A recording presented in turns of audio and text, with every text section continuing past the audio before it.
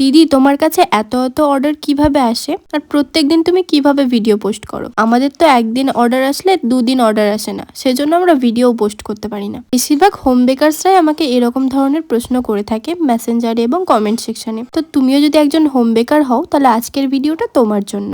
Video শুরুতে আমি বলে দিচ্ছি আমার গলার অবস্থা ভালো নেই। আমি তো বলেইছিলাম যে রমজান মাসে কাজ করে আমার শরীরটা একটু অসুস্থ হয়ে গেছিল, সেই জন্য আমার গলার আওয়াজটা এরকম লাগছে। প্লিজ তোমরা একটু অ্যাডজাস্ট করে নিও।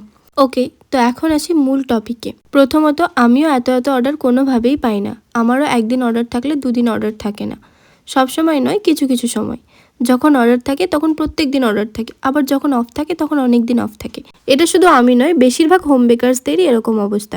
ভিডিও কিভাবে প্রত্যেকদিন পোস্ট করি সেটা আমার যারা ভিউয়ার্স আছে তারা সবাই জানে যে আমি একদিন ক্রাম কোটিং এর ভিডিওটা পোস্ট করি আর নেক্সট দিন আমি ফাইনাল ফিনিশিংটা শেয়ার করি। এর ফলে আমার একটা কেকের জন্য দুটো ভিডিও হয়ে যায়। তোমরাও এই টেকনিকটা ফলো করতে পারো।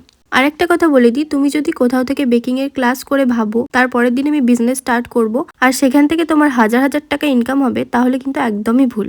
কারণ বেকিংটা কিন্তু এতটা সোজা নয়। বেকিং হচ্ছে ধৈর্যর জিনিস। তুমি যদি একটা বেন্টো কেকের অর্ডার পাও, সেই বেন্টো কেকটা তোমাকে তোমার 100% দিয়ে বানাতে হবে, তবেই কিন্তু তোমার রিপিট কাস্টমার তৈরি হবে। আর একটা জিনিস যেটা মোস্ট ইম্পর্টেন্ট, সেটা হচ্ছে কোয়ালিটি। তুমি তোমার কেকের মধ্যে কখনোই কোয়ালিটি অ্যান্ড কোয়ান্টিটিতে কম্প্রোমাইজ করতে পারবে না। সবসময় চেষ্টা করবে কেকের মধ্যে বেস্ট কোয়ালিটির জিনিসটা ইউজ করার। আর রইল বাকি প্রচারের কথা, যে তুমি যে কেক বানাও সেটা মানুষ কিভাবে জানবে।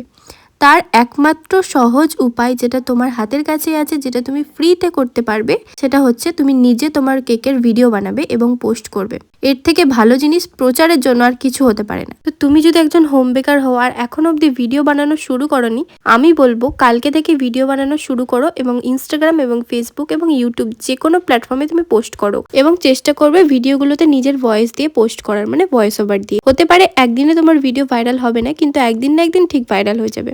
আশা করছি আমার টিপসগুলো তোমাদের কাজে লাগবে। যদি ভালো লাগে একটা লাইক করে দিও। বাই।